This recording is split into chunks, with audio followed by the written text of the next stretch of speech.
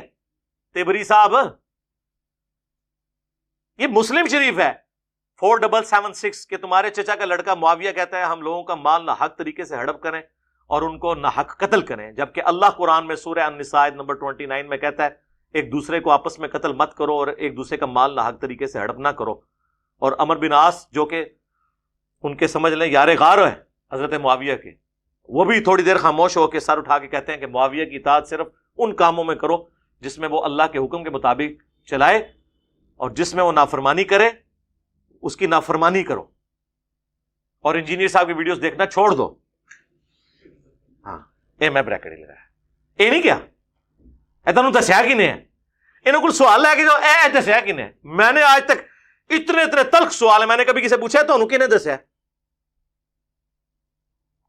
جب کسی کے پاس کوئی تو وہ کہتے ہیں جی اچھا اب وہ یہ تو ہم حدیث بیان کر رہے ہیں میرے بھائی، آپ کو شرم نہیں آتی؟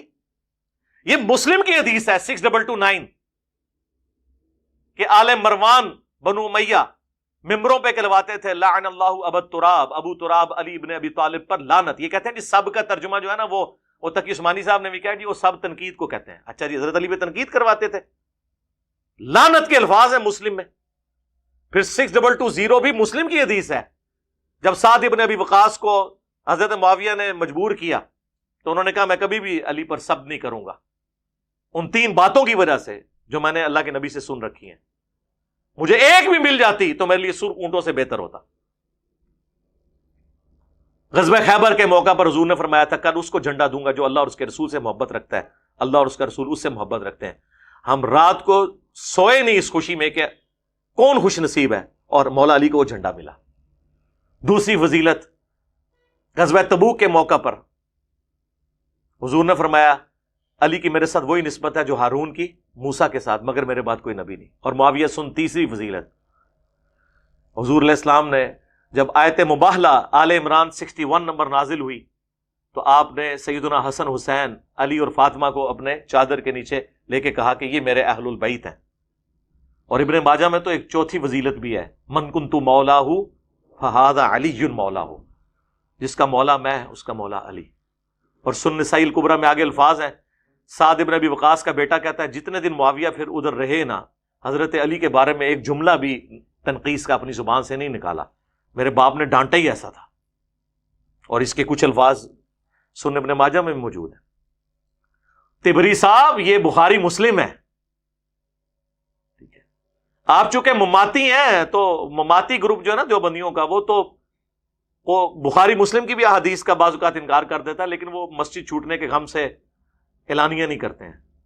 المحنت علی المفند کے سارے عقیدوں کو مشرکانہ عقیدے سمجھتے ہیں، لیکن اعلانیہ کبھی بھی نہیں ان بزرگوں کے بارے میں بولتے، ان کو رحمہ اللہ ہی کہتے ہیں. علیحدگی میں بیٹھ کے کہتے ہیں لانتی تھے سارے. تو جو فرقے کا سب فرقہ اتنا بزدل ہو کہ مسجد چھن جانے کے غم سے المحنت کے عقیدوں کا اعلانیہ رد نہ کر سکے اور ان کو ساروں کو رحمت اللہ علیہ کے جن کو علیحدگی میں لعنت اللہ علیہ کہتے ہوں وہ ہمارے ساتھ بات کریں گے. نکلو اپنی جو ہے وہ کھوڑوں سے باہر نکلو، اپنے دڑبوں سے باہر نکلو، دنیا چینج ہو چکی ہے. یہ حوالے ہیں تو وہ آخر میں جا کے کہتے ہیں جی صحابہ کرام جو ہیں وہ تاریخی شخصیات نہیں ہیں بلکہ قرآنی شخصیات ہیں، اور اس سے کہہ کہ وہ ہماری باتوں کو تاریخ کے کھاتے میں ڈال رہے ہیں. ہماری باتیں احادیث میں، تاریخ میں نہیں ہے. اور صحابہ کرام جو قرآنی شخصیات ہیں تو کون سے اصحاب قرآنی شخصیات ہیں؟ قرآن نے جو گائیڈ لائنز بتائی ہیں اہل ایمان کی وہ جن جن میں پائی جاتی ہوں گی وہ انہی کو ہی گفٹ ہوں گی. ورنہ آپ مجھ سے سن لیں احادیث کو اگر آپ نہیں مانتے بخاری مسلم کی تو آپ جن لوگوں کا دفاع کر رہے ہیں نا ان کے نام تو قرآن میں آئی نہیں ہے. قرآن میں تو پھر حضور کے ساتھیوں کی 3 کیٹیگریز بیان ہوئی ہیں. سورہ التوبہ کی آیت نمبر 100، 101 اور 102 پڑھ لیں. سابقون الاولون من المہاجرین والانصار، سبقت لے گئے جو شروع میں مسلمان ہو گئے مہاجرین میں سے بھی اور انصار میں سے بھی، اور جنہوں نے احسان کے ساتھ ان کی پیروی کی، سارے نہیں، جو صحیح پیروی کرنے والے، پہلی کیٹیگری بتائی۔ دوسرا بتایا مدینہ اور اہل مدینہ میں پکے منافق ہیں جنہیں نبی تم بھی نہیں جانتے۔ جب نبی بھی نہیں جانتے تو صحابہ تو جانتے ہی نہیں، اور نمازیں بھی حضور کے ساتھ پڑھ رہے ہیں۔ یہ صحابہ کی دوسری کیٹیگری۔ بخاری مسلم میں الفاظ ہیں، عبداللہ ابن ابی کے قتل کی اجازت جب مانگی حضرت عمر نے تو حضور نے فرمایا چھوڑ دو، لوگ کہیں گے اپنے صحابہ کو قتل کرواتا ہے، قانوناً صحابی اسے بھی کہا حضور نے۔ اور تیسرا سورہ توبہ میں آیا وہ لوگ ہیں جو ملے جلے اعمال کرتے ہیں۔ ہمارے نزدیک یہ تیسری کیٹیگری ہے حضرت معاویہ رضی اللہ تعالیٰ عنہ، حضرت عمرو بن عاص رضی اللہ تعالیٰ عنہ، حضرت مغیرہ ابن شعبہ رضی اللہ تعالیٰ عنہ کی۔ ہم نہیں منافق انہیں کہتے ہیں، ہم رضی اللہ تعالیٰ عنہ کہتے ہیں، لیکن آپ ان کو خلفائے راشدین کے مقابلے پہ کھڑا کریں تو پھر ہم آپ کو بتائیں گے کہ قرآنی شخصیات جن کو آپ کہتے ہیں نا، جن کو رول ماڈل بنایا گیا، وہ یہ لوگ ہیں، سابقون الاولون، صلح حدیبیہ کے لوگ۔ لیکن ادھر بھی اوپن لائسنس نہیں، منہم مغفرۃ و اجر عظیم آیا ہے، یہ ہر ایک کو رضی اللہ عنہ، اور رضی اللہ عنہ تو ہم بھی سارے ہو جاتے ہیں، رضی اللہ عنہم ورضوا عنہ ذالک لمن خشی ربہ، یہ ہر اس شخص کے لیے جو اپنے رب سے ڈرے۔ ہم تو امام بخاری کو بھی رضی اللہ عنہ کہتے ہیں، اور المہند میں علماء دیوبند کو بھی رضی اللہ عنہم کہا ہے انہوں نے۔ جی دعائیہ کے لمحات ہیں، جس کو مرضی دے، آپ کے دینے سے دعا ہو کوئی نہیں جانی، آپ کے نہ دینے سے دعا ختم کوئی نہیں ہونی۔ یا ایتھا النفس المطمئنہ ارجعی الی ربک راضیۃ مرضیہ، ہر اہل ایمان کے موت کے وقت اسے رضی اللہ عنہ کہا جاتا ہے۔ امام مسلم کا شاگرد جب مسلم لکھتا ہے نا تو اس نے شروع میں لکھا ہے قال امام مسلم بن حجاج القشیری رضی اللہ عنہ، امام مسلم کو۔ کتاب الام میں امام شافعی نے امام حنیفہ کو رضی اللہ عنہ لکھا ہے، حالانکہ وہ تبع تابعی ہیں، صحابی تو نہیں ہے۔ تو وہ آپ دیں، تو لہٰذا یہ قرآنی شخصیات وہ قرآنی شخصیات ہیں، تو آپ پھر بتایا کریں قرآنی شخصیات ابو بکر عمر عثمان و علی سابقون الاولون ہے، قرآنی شخصیات عبداللہ ابن ابی، یا وہ لوگ جو صحیح مسلم میں حدیث ہے میرے اصحاب میں 12 منافق ہیں جو کبھی بھی جنت میں داخل نہیں ہوں گے، اور ان پہ دوبیلا پھوڑا نکلے گا ان کے کمر میں، جو میں نہیں بتاؤں گا کس کس کی موت دوبیلا پھوڑے سے ہوئی ہے۔ وہ بھی قرآنی شخصیات ہیں لیکن وہ منافقین والی۔ اور تیسری قرآنی شخصیات وہ ہیں کہ جنہوں نے صرف کلمہ پڑھا ہے، ان کے اعمال قرآن و سنت کے خلاف تھے، لیکن چونکہ کلمہ پڑھا ہے اس کی وجہ سے وہ صحابی ہیں، وہ قرآنی شخصیات ہیں تیسری کیٹیگری والی، سورہ التوبہ کی آیت نمبر 102 والی۔ رول ماڈل سورہ التوبہ آیت نمبر 100 پوری 100 نمبر، منافقین 101، اور جو ملے جلے اعمال کرنے والے وہ 102۔ تو قرآنی شخصیات پوری بتائیں نا، ہر ایک کے اوپر تھوپا ہوا ہے کہ جی رضی اللہ عنہم کل وعد اللہ الحسنہ۔ اسی طریقے سے میرے بھائی وہ جب وہ پیروی کریں گے تب ہے، قرآن کو ٹوٹیلٹی میں لینا ہے۔ جن سے اللہ راضی ہوا ہے صحابہ شجرہ سے، ان کے بارے میں بھی ہے منہم مغفرۃ و اجر عظیمہ، ان میں سے بھی جو لوگ یعنی ثابت قدم رہیں گے، نیک اعمال کریں گے، ان کے لیے اجر ہے۔ حالانکہ ان کے لیے دیکھیں کتنی بڑی کہ اللہ ان سے راضی ہو گیا۔ مسلم شریف میں حدیث ہے میں اللہ سے امید کرتا ہوں کہ انشاءاللہ جنہوں نے درخت کے نیچے میری بیعت کی جہنم کی آگ انہیں نہیں چھوئے گی، مسلم شریف میں حدیث ہے۔ اب اصحاب شجرہ میں حضرت مغیرہ ابن شعبہ بھی ہیں اور ابو القادیہ بھی ہیں جن سے حضرت عمار کا قتل ہوا ہے۔ مسند احمد میں 4 احادیث موجود ہیں، پوری زندگی روتے تھے، اور شیخ البانی نے ابن حجر اسقلانی پہ رد کیا کہ تم لوگ کہتے ہو کہ اصحاب شجرہ ہونے کی وجہ سے وہ بخشا جائے گا، کہتے ہیں نہیں، جب حضور نے تخصیص کر دی کہ عمار کا قاتل اور مال لوٹنے والا جہنم کی آگ میں، تو ابو القادیہ سے وہ فضیلت اٹھ گئی۔ اب شیخ البانی کو تو کوئی رافضی نہیں کہے گا، نہ ان کی جرت ہے۔ تو یہ دھوکہ دینا آپ بند کریں، لوگوں کو اس طریقے سے نہ کریں، قرآن و سنت پڑھیں۔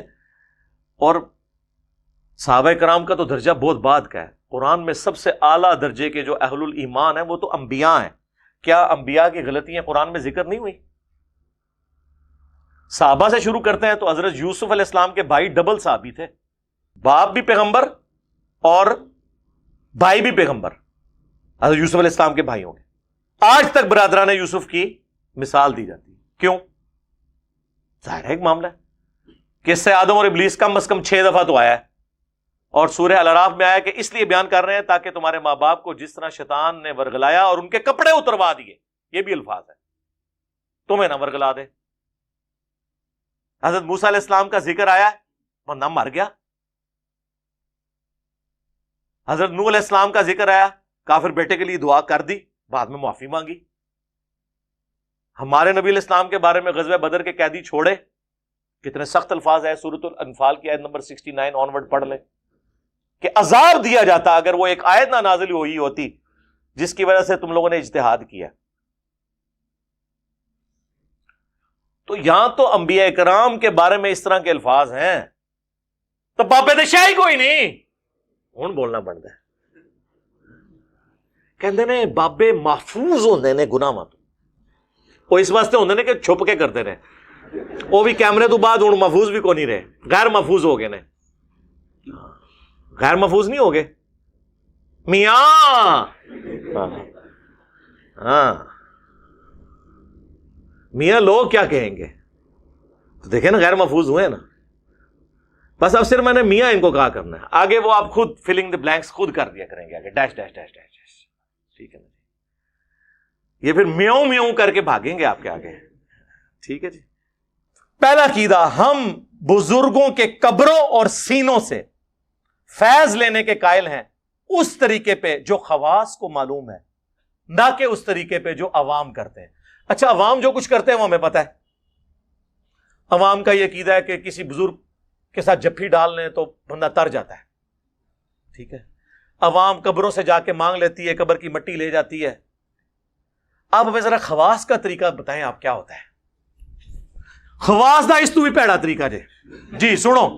ارواح ثلاثہ اشرف علی تھانوی نے کتاب لکھی ہے جس میں انہوں نے 3 دیوبندی بزرگوں کے حالات زندگی لکھے ہیں.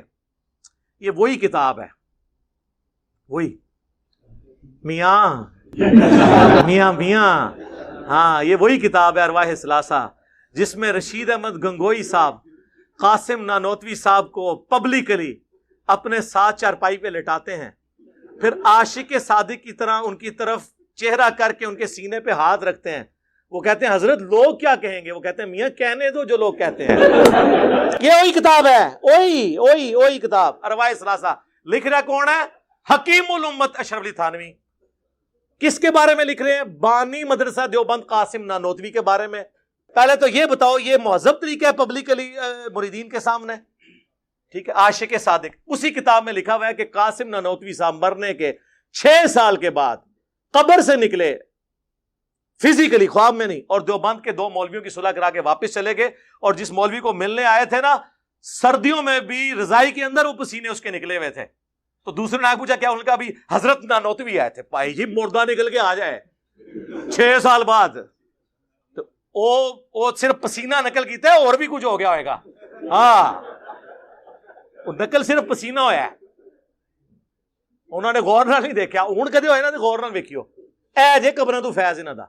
اسی ارواح ثلاثہ میں لکھا ہوا ہے انہوں نے اپنے بزرگوں کے بارے میں کہ ان کی قبر سے لوگ مٹی لے جاتے تھے شفا کے لیے. تو وہی عقیدہ ہے آپ کا بھی, اور میں نے اس پہ پورا ریسرچ پیپر لکھا ہے, میرا 1 گھنٹہ اور لگ جائے گا. ریسرچ پیپر نمبر 6, قبروں سے فیض کے عقیدے کا تحقیقی جائزہ, اور میں نے سارے واقعات نقل کیے ہیں. میں ایک ایک واقعے کی انجین نہیں کر سکتا, میں نے حصول برکت کے لیے آپ کے سامنے یہ 2-3 باتیں ہی رکھی. دوسرا عقیدہ اس میں انہوں نے لکھا ہے کہ رسول اللہ کی قبر مبارک اللہ کے عرش, کرسی, خانہ کعبہ سے افضل ہے. ان سے پوچھے یہ کس قرآن کی آیت میں اور حدیث میں لکھا ہوا ہے؟ جذباتی بات نہیں ہے بریلویوں لی کرنی کہ تسی نبی دی شان نو نہیں مندے. اچھا جی نبی دی شان نو منیے تے حضرت عیسیٰ نو اللہ دا بیٹا کہہ دئیے, گل کرنے لی کرو. اور تیسرا عقیدہ میں نے المحنت سے بتایا تھا کہ یہ کہتے ہیں کہ نبی علیہ السلام کی قبر مبارک میں جو حیات ہے دنیا کی سی ہے. کہتے ہیں جی وہ ہم نے دنیاوی نہیں کہا, دنیا کی سی کہا ہے. دیکھو کیسے نے, دنیا کی سی ہے تو دنیا کی زندگی میں تو سانس ہوتا ہے, کھانا پینا ہوتا ہے, ٹائلٹ ہوتا ہے. کیا قبر مبارک میں یہ ہے؟ اوے شہید جو رسول اللہ کہ دین پہ جان دیتا ہے اس کی زندگی کا آپ کو شعور نہیں. نبی علیہ السلام کی تو قبر مبارک میں زندگی جنت کی وہ تو اتنی عرفہ والا برزخی ہے. یہ 3 عقیدے ہیں جی بتا دیے المحنت کے. قیامت تک ٹائم جے پوری ذریت حنفیہ دیوبندیہ نو بھی اور سارے علماء نو بھی اپنے اپنے بورے کھولو, ویڈیو چڑھاؤ. اے تے ویڈیو چڑھنی جے اے آرٹ کرے گی تانوں قیامت تک.